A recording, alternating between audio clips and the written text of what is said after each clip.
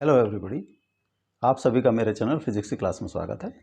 आज हम moving charges and magnetism chapter से AIPMT 2010 के क्वेश्चन सॉल्व करेंगे। First question, a galvanometer has a coil of resistance 100 ohm and gives a full scale deflection of for 30 milli ampere current. It is to work as a voltmeter of 30 volt range. The resistance required to be added will be 900 ohm, 1800 ohm, 500 ohm and 1000 ohm. जो galvanometer है उसका resistance है 100 ओम और अगर उसके through हम 30 milli ampere की current flow कराएं तो जो उसके फुल स्केल डिफ्लेक्शन, जो भी उस पर कैलिब्रेशन है, उसका फुल स्केल डिफ्लेक्शन वो रीड करता है. अब it is used to be used as 30 volt range voltmeter. Maximum range है 30 वोल्ट रीड करे. 30 वोल्ट रीड तब करेगा जब उस वोल्टमीटर के थ्रू 30 मिली एम्पियर की करंट फ्लो करेगी. इनिशियली ये गैल्वेनोमीटर है, इसका रेजिस्टेंस इज 100 ओम. इसके थ्रू करंट अगर हम 30 एम्पियर की फ्लो कराएं, I is equal to 30 milli ampere, तो ये volt galvanometer full scale reading deflection देता है. अब जब हम वोल्टमीटर को यूज़ करते हैं किसी भी रेजिस्टेंस के पैरेलल में इंस्टॉल किया जाता है. सपोज एक रेजिस्टेंस है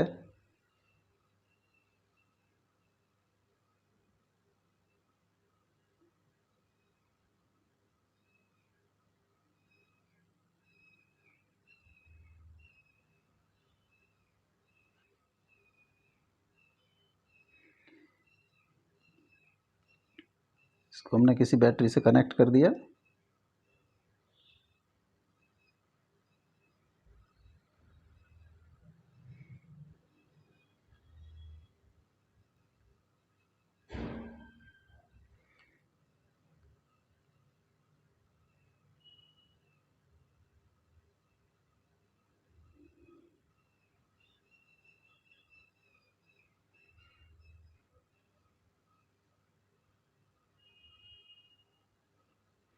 एक ये बैटरी है,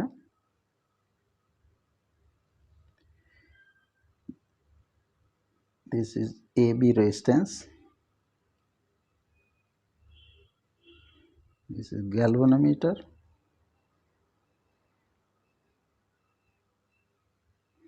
इसका रेजिस्टेंस 100 ओम. गैल्वेनोमीटर को वोल्टमीटर में कन्वर्ट करने के लिए उसके पैरेलल, उसके सीरीज में एक रेजिस्टेंस ऐड किया जाता है. This is R.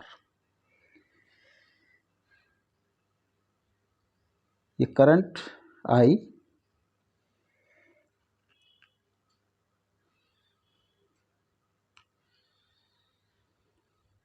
This system is voltmeter.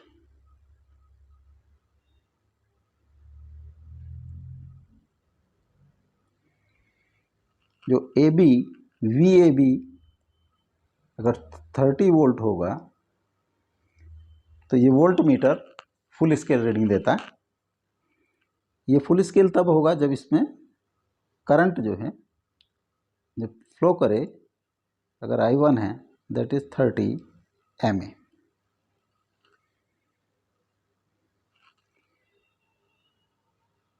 Net resistance of voltmeter is equal to 100 plus R. R और 100 ओम सीरीज में जोड़े गए हैं, इसलिए इनका resultant 100 plus R. Current through voltmeter is equal to 30 mA or 30 into 10 to the power minus 3 ampere. Reading या range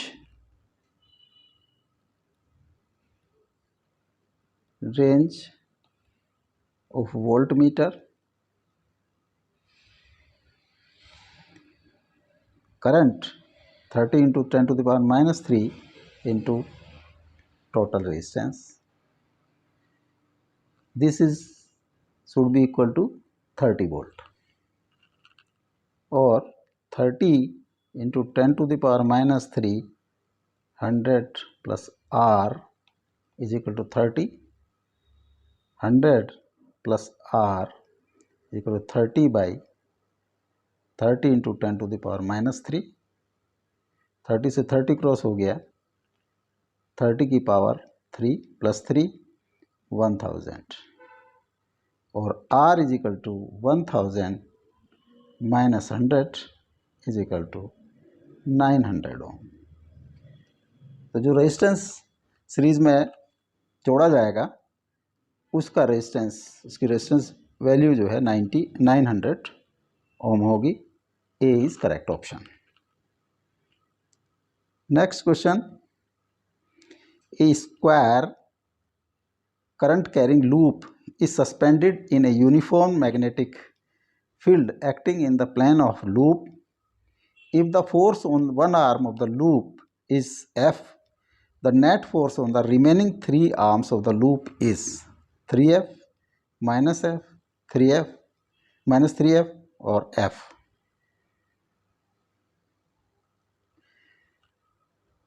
Net force on remaining three arms of loop, suppose this is F1.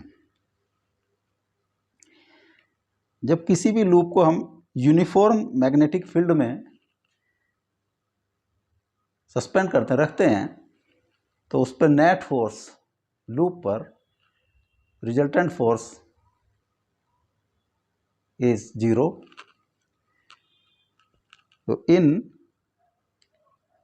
uniform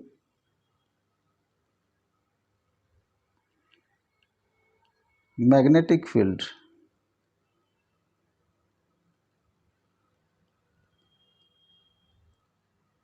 net force on a loop is equal to 0. It means F vector plus F1 vector का resultant is 0, तो F1 vector is equal to minus F vector. B is correct option. Next question,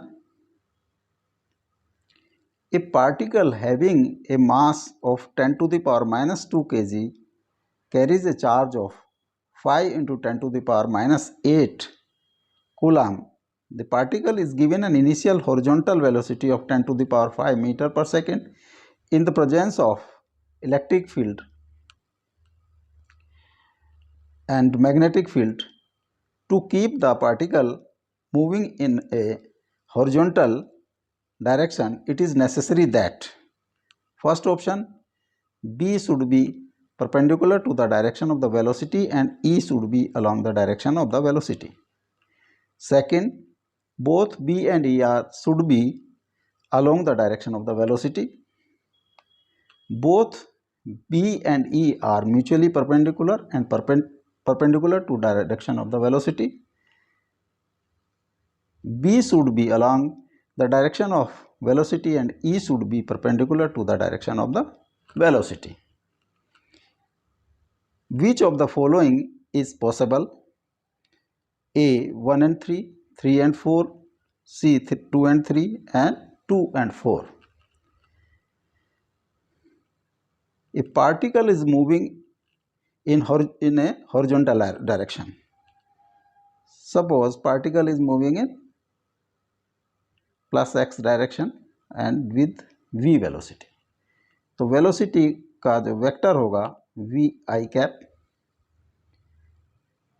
अब जो first part है b should be to keep the particle moving in horizontal direction it is necessary. जो X axis के along he particle move करे, इसके लिए जो necessity है उसका फर्स्ट ऑप्शन है b should be perpendicular to the direction of the velocity and e should be along the direction of the velocity. जो लेंज फोर्स है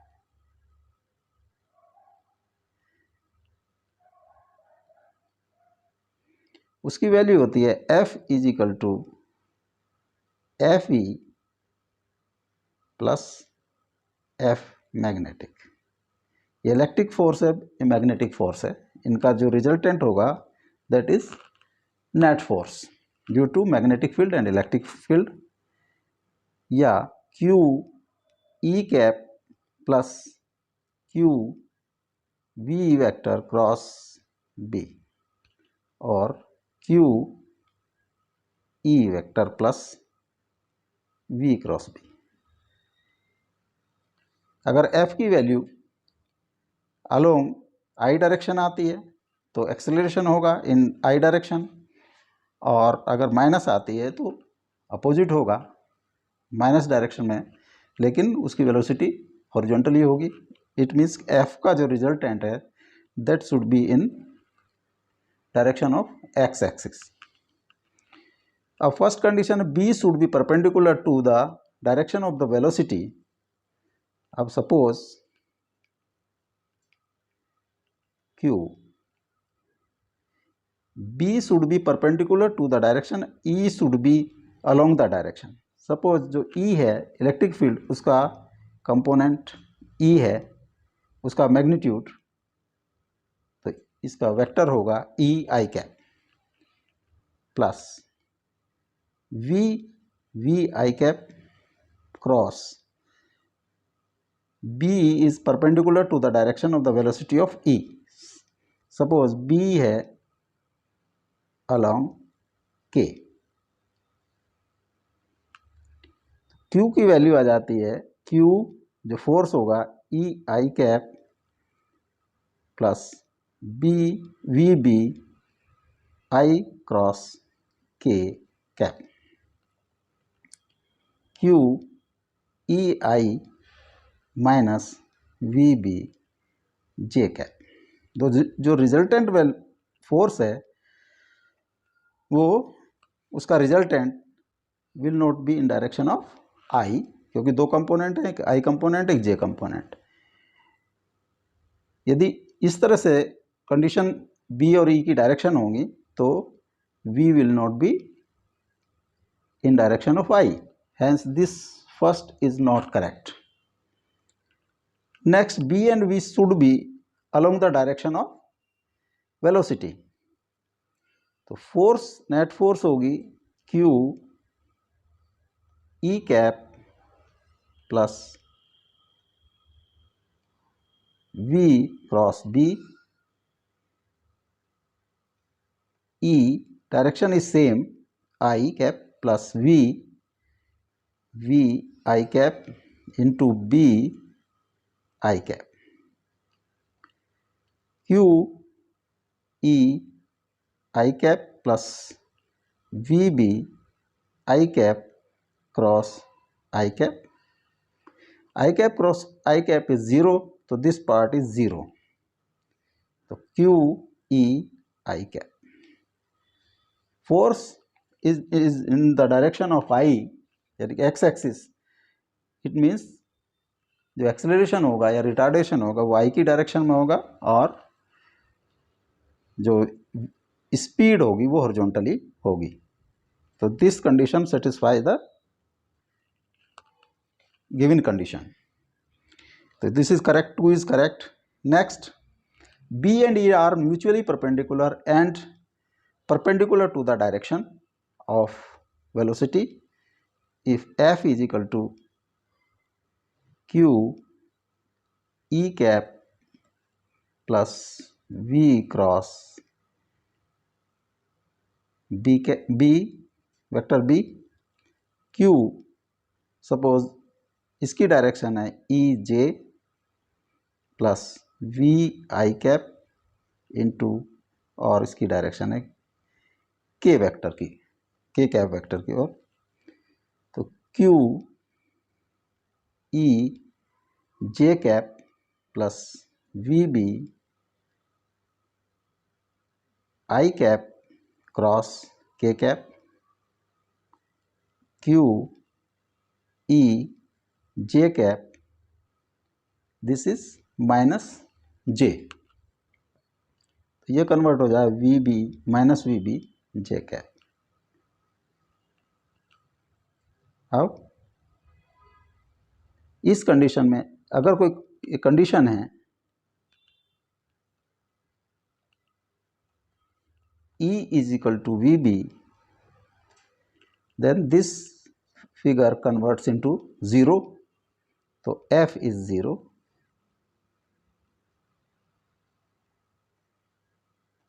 तो इस कंडीशन में net force is 0, hence this also satisfy the given condition. Next, B should be along the direction of the velocity and E should be perpendicular to the direction, तो F is equal to Q E cap plus V cross B cap, Q E is perpendicular to the direction, मान लीजिए J cap की ओर है, E J cap, V I cap into this is in direction of I cap,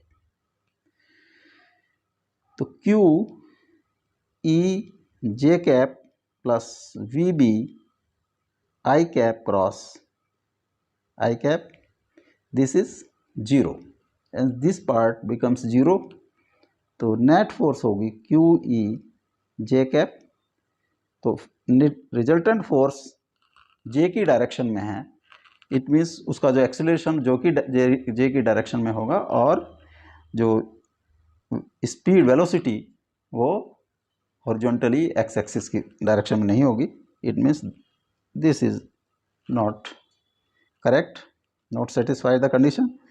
So 2 and 3 are correct. The C is correct option.